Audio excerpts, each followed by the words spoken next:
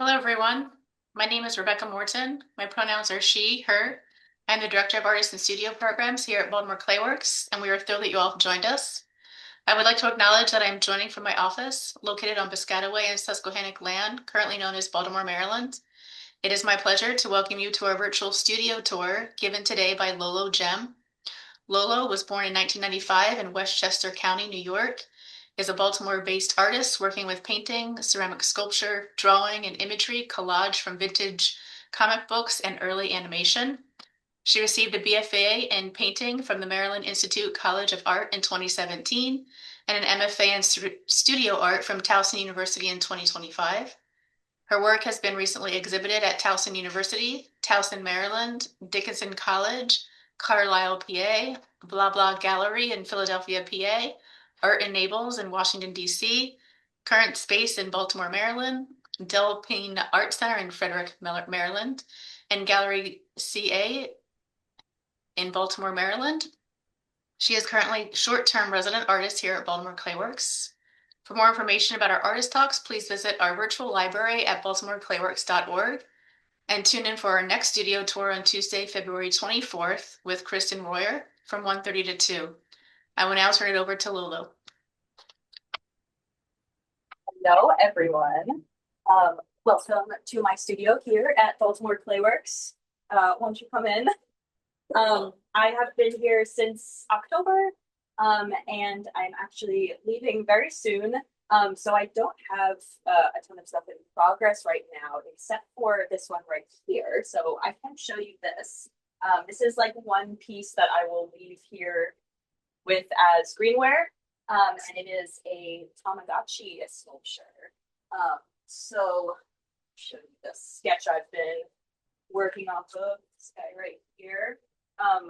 A lot of the work that I did here were based off of like childhood toys that either gave comfort or predictions of the future. So I've got like a fortune teller, 8 ball, and I was also thinking about the Tamagotchi as like kind of a source of like care and nurture.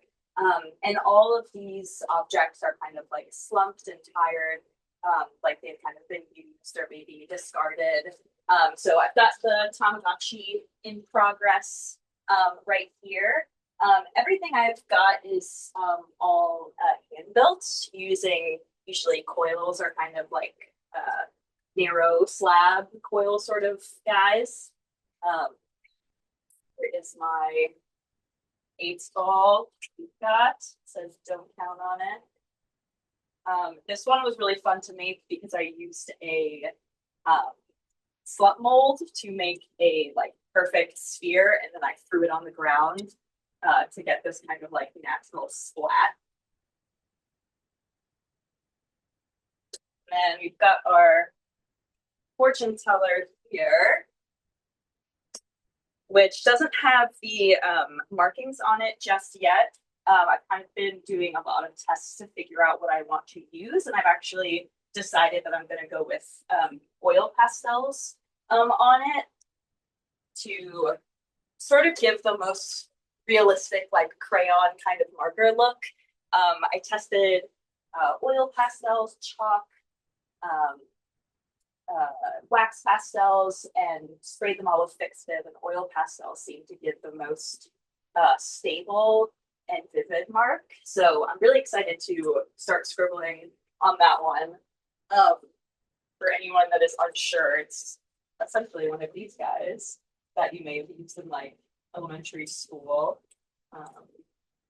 You pick a color, RED, pick a number, 1, 2, 3, 4, 5, 6, and then you'd open it up, have a little fortune inside. And my biggest undertaking whilst being here is this gravestone that's behind me here, which is the largest I've ever built. And something I actually didn't plan on making when I came in here. I did come in with the kind of fortune teller idea, the 8 ball, all of those like childhood toys. But this one kind of came up organically when I was just looking back at my old work. The gravestone with the for rent sign is part of a painting I made in like 2018, maybe, and was like imagery that I was kind of resonating with and felt like I wanted to revisit. Um, and the clock, especially like kind of melting clocks, have been the recurring symbol of my work for a while.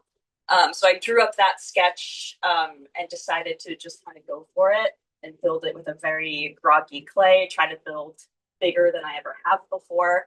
And I'm really, really excited with how it turned out. I learned a lot from it. So I think it kind of opens up a lot of possibilities in my practice moving forward. I'm not sure if you can see like my desk set up over there, but I have a bunch of images on the wall that I like to keep there to reference as I'm working. And most of them are pulled from comic books or animation or from my sketchbook. Um, so I normally have, lots of different types of comics that I have with me that I'll kind of like cut out, make collages. I'll find these like at Savers or old comic book stores, um, and then I keep this folder of you know different types of cuttings, um, and I'll put collages together. Most of these do become paintings, but over time they really do inform my sculptures a lot, and especially with the types of cartoons I reference, I feel like the logic of these cartoons and kind of the absurdity also affects the forms that I make. So things that are, like very fluid and organic in form is something I really like exploring with sculpture. Oh, so I guess I could show you also these little test guys I've made. I have like a lot of just little character heads that my studio mate Hannah over there had encouraged me to just build a bunch of stuff to fill out my biscuit film. And I gave myself a little challenge of like, I'm just going to build intuitively for like 5-10 minutes each. And just kind of made all these little um, character heads. I've got a bunch of them. Um, and it was really fun, just kind of like fluid process, like sort of felt like sketching to me. And then what was great about them is I kind of used them all as glaze tests to try out different washes I wanted to try out like different glazes I wanted to try and see how they reacted on something that I didn't spend a lot of time on. So I thought that these were kind of really fun, just experiments. And again, really kind of sort of felt like sketching to me. Uh,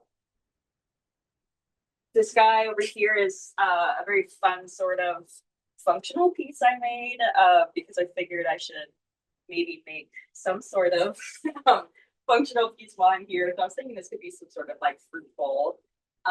But again, this is kind of something that I pulled from like a sketch in my sketchbook. So like trying to translate the way I draw into clay is always very fun to me. And this was also a big glaze experiment as well.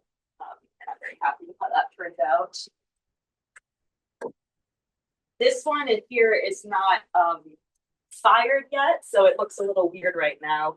But this was the first piece I built when I came here, where I, had a similar thing where I was like, I just need to start something because I can easily think myself into a hole. So if I'm stuck, I'll flip through my sketchbook, find something I'm excited about and want to explore three-dimensionally and go from there. So this guy was one of them.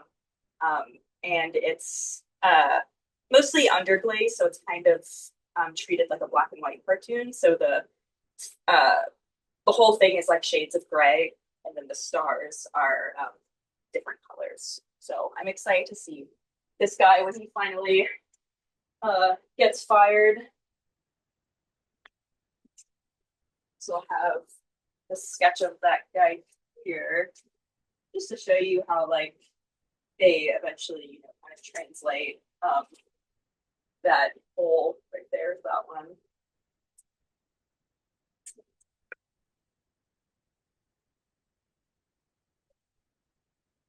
Also got this tea here that was quite fun.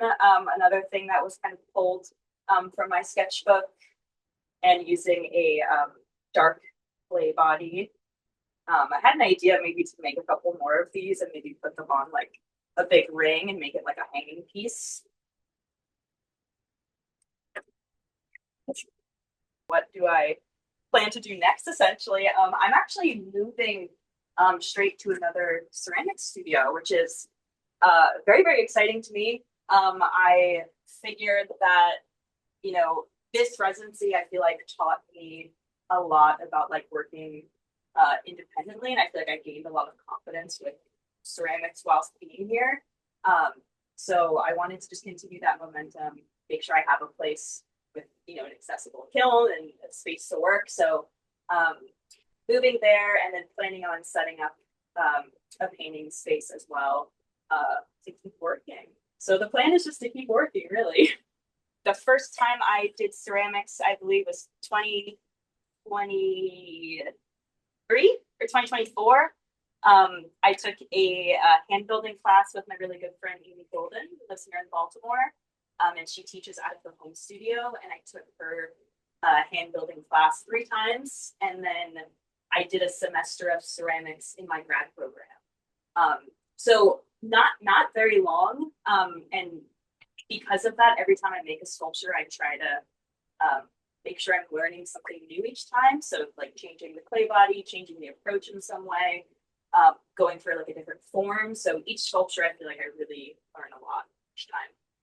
I actually do um, use a lot of like fat bristle brushes like this. Most of the clay I work with is pretty broad bead, and I feel like I could move the clay around well with like a really dense bristle brush. So a lot of times that does feel very akin to painting to me. So I would say a fat bristle brush and also just this guy also I guess feels kind of natural to move clay around in this way, or just my hands. So yeah, these guys and my hands. This experience was like genuinely amazing. Really did a lot for me in my practice. So I really appreciate the opportunity to be here.